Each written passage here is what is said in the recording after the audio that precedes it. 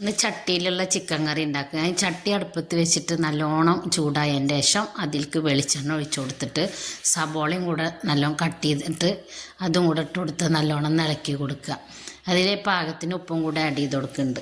ഇനി അതൊരു ചെറിയ തീയിലാക്കിയിട്ട് അതൊന്ന് മൂടി വെക്കുക. അപ്പോൾ അത് വെന്ത് വന്നിട്ടുണ്ട് കേട്ടോ. അപ്പോൾ അതിലേക്ക് തക്കാളിയും കൂടെ കട്ട് ചെയ്തിട്ട് കൊടുത്ത് ഇഞ്ചി പച്ചമുളക് വെളുത്തുള്ളി ഇതും കൂടെ ചതച്ചിട്ട് അതും കൂടെ ചേർത്ത് കൊടുക്കുക.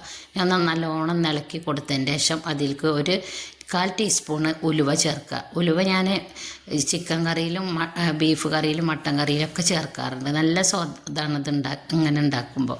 ഇനി നല്ലോണം ഇളക്കി കൊടുത്ത് അതിൽ മല്ലിയിലും പുതിനയും ഗരം മസാലയുടെ പൊടിയും കൂടെ ചേർത്ത് കൊടുത്ത് നല്ലോണം ഇളക്കി കൊടുക്കുക.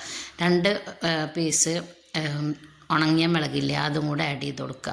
ഇനി ഇതിൽ ഞാൻ വേറെ മസാലപ്പൊടി ഒന്നും ചേർക്കണില്ല. അത് ചിക്കൻ്റെ മസാല പൗഡറില്ലേ അത് മാത്രമേ ചേർക്കണുള്ളൂ കേട്ടോ.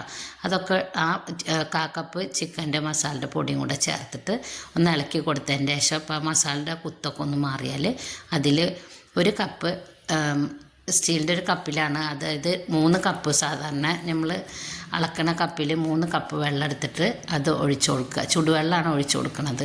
അപ്പോൾ അതൊന്ന് നല്ലോണം ഇളക്കി കൊടുത്തിട്ട് ആ ചിക്കൻ കഴുകി വാര വെച്ചിട്ടുണ്ട് അതിൻ്റെ വെള്ളം പോയതിൻ്റെ ശേഷം അതിട്ട് കൊടുക്കുക.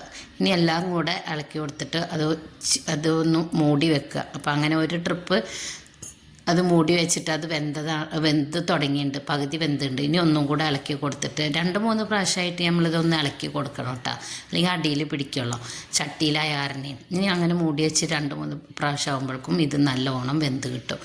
അപ്പോൾ നമ്മൾ ഈ ചിക്കൻ കറി ഉണ്ടല്ലോ, അടിപൊളി ചിക്കൻ കറി കേട്ടോ, നല്ല മണമാണ് ഈ ചട്ടിയിലൊക്കെ ഉണ്ടാക്കിയിട്ട് കഴിക്കുമ്പോൾ. ഇനി അതിൽ കറിവേപ്പിലും കൂടെ തണ്ടൊക്കെ പൊട്ടിക്കാതെ അതും കൂടെ വെച്ച് കൊടുത്ത് അത് ഓഫാക്കാം.